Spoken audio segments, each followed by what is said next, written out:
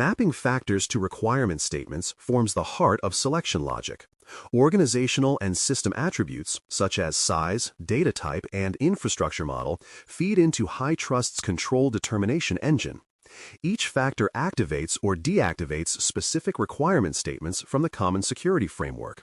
For instance, declaring a cloud-hosted environment automatically includes controls for provider oversight and encryption in transit, while on-premises models trigger physical access requirements. This mapping ensures proportional coverage, aligning obligations with actual exposure. By documenting the relationship between factors and resulting controls, organizations build transparency that supports assessors and provides QA reviewers with clear reasoning behind every inclusion decision.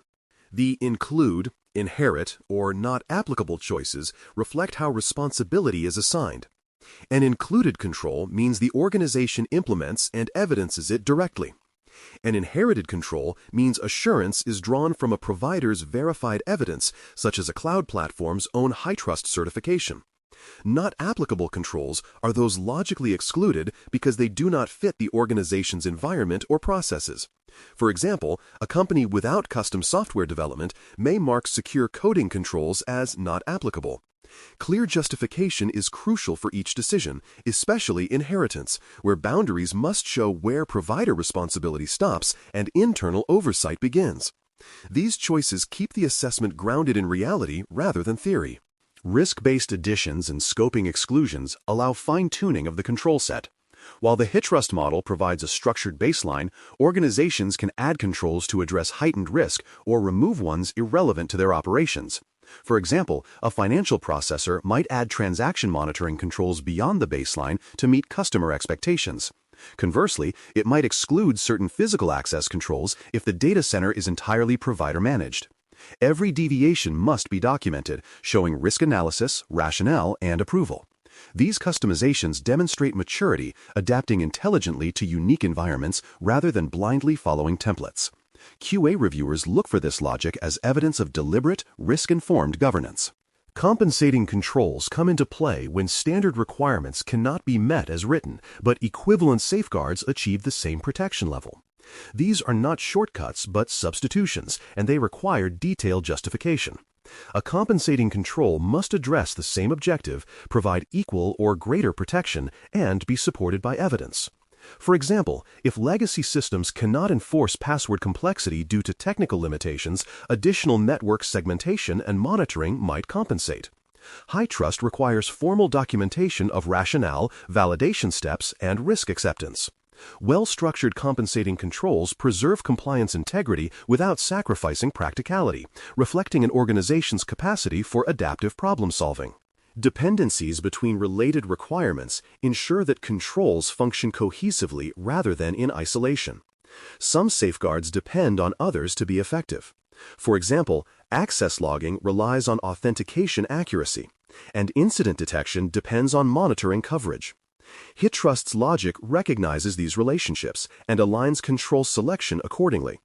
If one prerequisite is included, its dependent control typically follows.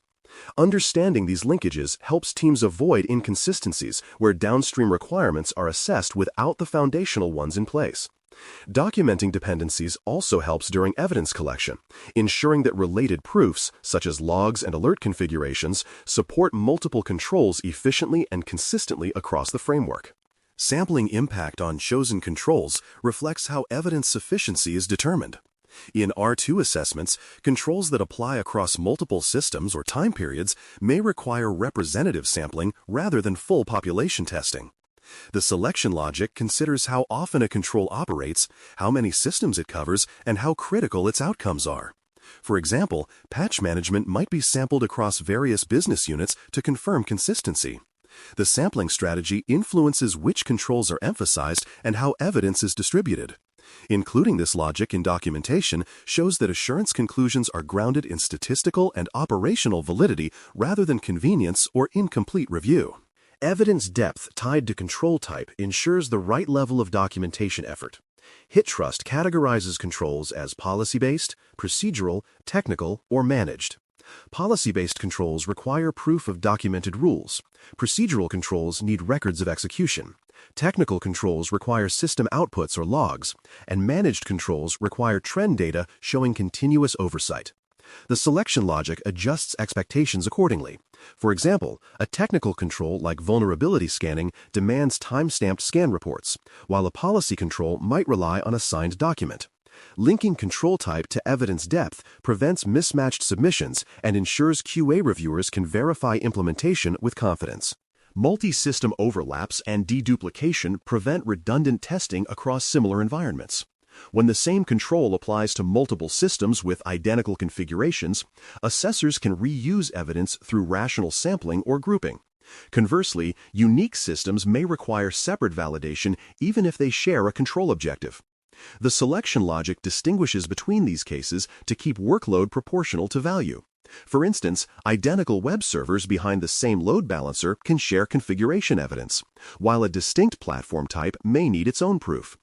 Documenting overlap decisions ensures consistency and prevents the double counting or omission of required tests. Narrative alignment across selected controls ties the technical logic to human communication. Each control narrative should describe what the control does, how it operates, and why it applies given the selection rationale. If similar controls appear in multiple domains, their narratives must remain consistent to avoid confusion. For example, access management narratives in identity and operations domains should align on process details and terminology. Inconsistent or conflicting language raises QA findings even when the underlying logic is correct. Maintaining alignment across narratives reinforces that the control set operates as an integrated system rather than a patchwork of isolated statements. Internal review of selection rationale provides a sanity check before formal submission. Many organizations hold internal calibration sessions where compliance, security, and operational teams confirm that selected controls make sense given the declared factors. These reviews verify that justifications for inclusion, inheritance, and exclusion remain defensible. They also help identify missing evidence or documentation gaps early. For instance, if a control is included for third-party management but no vendor oversight process exists, the issue can be addressed before assessor submission. This internal governance step builds confidence and reduces downstream rework, strengthening the overall quality of the control selection package. Change triggers requiring reselection define when control logic must be revisited. Significant shifts in technology, organizational structure, or risk environment, such as migrating to a new cloud provider or acquiring another business, alter the factors driving control applicability. HITRUST requires reassessment of control selection under these conditions to ensure continued relevance. For example, moving from on-premises servers to infrastructure as a service introduces new inheritance boundaries and security responsibilities. Reselection ensures that no outdated assumptions persist. Treating control selection as a living process rather than a one-time decision keeps the assurance model aligned with evolving reality. The traceability matrix provides assessor clarity by mapping each control to its originating factor, inclusion rationale, and evidence source. This document functions as a roadmap linking every decision to its justification. During QA, reviewers use it to verify that the control set is coherent and defensible. For example, a control addressing encryption can be traced back to the declared presence of sensitive data and cloud hosting. The matrix removes ambiguity, enabling transparent evaluation and faster resolution of questions. It is the visual proof that selection logic has been applied systematically, not subjectively, ensuring both consistency and accountability in the certification process. A coherent and defensible control set is the outcome of disciplined selection logic.